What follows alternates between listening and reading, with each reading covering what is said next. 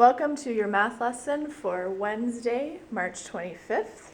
Today we're doing proportions. Don't forget to pause the video so that you can write all of the stuff down because all of these notes do need to be in your notebook. So, proportions. Proportions are just a fancy way of saying that two ratios are equal.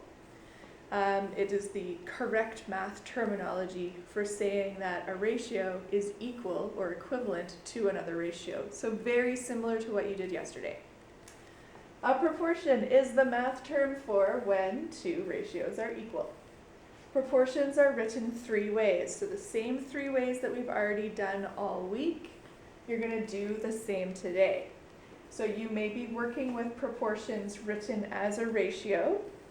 1 to 3 equals 4 to 12. That's, of course, we know that it's equal because both the 1 and the 3 have been multiplied by 4 to get the 4 and the 12. So we know that they're equal. Could be written as a fraction. So as a fraction, 8 over 36 is equal to 2 over 9. In this case, we know that it's equal because the 8 and the 36 have both been divided by 4. 8 divided by 4 is 2. 36 divided by 4 is 9. So because they've been divided by the same number, it's equal. It's a proportion. Also, you will be working with them written in words, and this is the correct math statement. So in words, you have 6 is to 10 as 12 is to 20. So I want you to think about it. These words can be replaced by math symbols. 6 is to 10 really means 6 to 10 ratio. As 12 is to 20, that as really means equals. 12 is to 20, the is to, is again your ratio symbol. So you could rewrite it with just math symbols instead. 6 to 10 equals 12 to 20. But if you're writing it in words, which you will have to do in some of the worksheets today, you will have 6 is to 10 as 12 is to 20. So those words will replace your math symbols.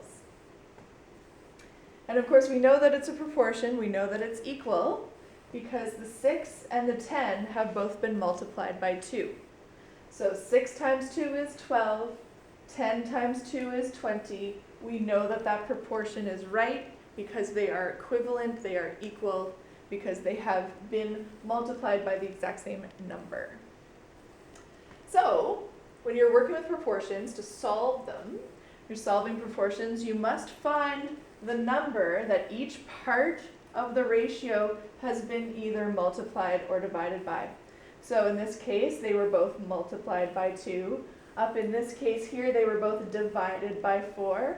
So that's really what you're going to be looking for today in all of the worksheets, is which number has been used to manipulate the ratio, and was it a multiply or was it a divide? And then you'll be able to find the missing ones. So the last part of this lesson is finding those missing ones. So here's an example written in words. 3 is to something as 9 is to 12. So remember, that's like saying 3, ratio symbol, question mark, equals 9, ratio symbol, 12. So what you really got to figure out is, how did you turn the 3 into the 9? And once you figure that out, you'll then be able to find the missing one. So how do I turn 3 into 9? How does a math question, how does a math operation come into this? So you think, well, 9's bigger than 3, so I'm definitely multiplying. And then you look down your 3's till you get to 9 to figure out what you're multiplying by. In this case, I had to multiply by 3 to get 9. And so, whatever this is, I have to multiply it by 4 to get 12. So now you're missing one, you're thinking, right, okay, so something times 4 is 12. If you don't like working that way, you can go backwards. You can instead look at the 12 and say, right, 12 divided by 4 is going to get me my missing number. When you're moving on other sides of the equal sign, you're doing opposite operations.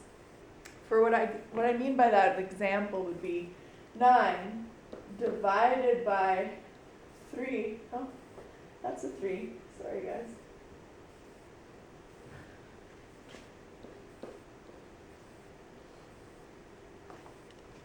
So 9 divided by 3 gets me 3. 12 divided by 3 is going to get me whatever that is. So you can work with divide, you can work with times. That's what's great about these proportions, is you can work both ways. So whichever the bigger numbers are, you can divide them. Whichever the smaller numbers are, you can multiply them. It all works the same way. What you're trying to do is zero in on the missing number. So I know that 3 times 3 is 9.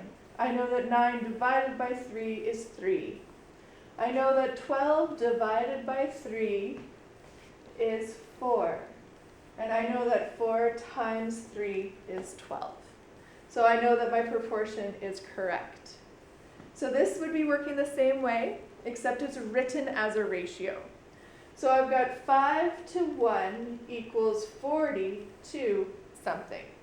So again, you're going to look at the ones that you have already. I have the first part of the ratio, and that's what's going to determine the relationship.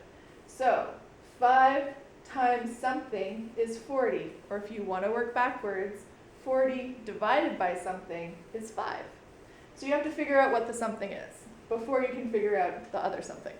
So 5, look down your 5s, use your multiplication chart, that's what it's there for. Look down your 5s till you get to 40, look to the side and you'll notice that 5 times 8 is 40. Which means whatever you do to one part of your ratio to find your missing one, you do to the other part of the ratio.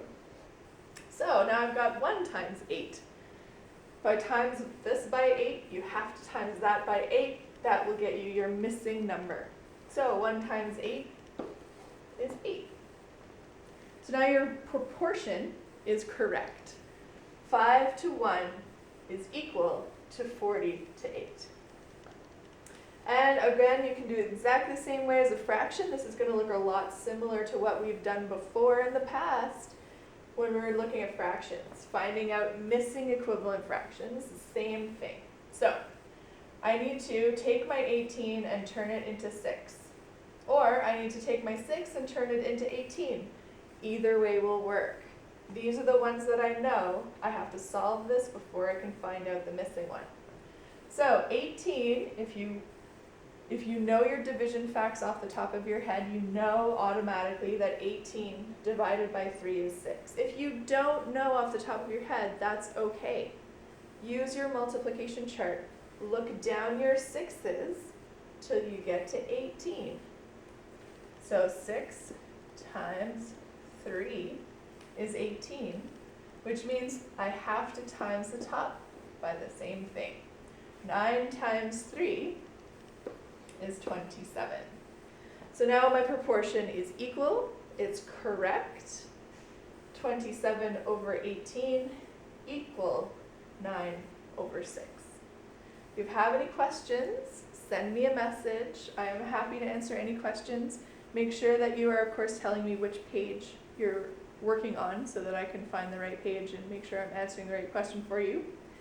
And I will do another video of the examples from the worksheets today so that you know exactly what I'm looking for.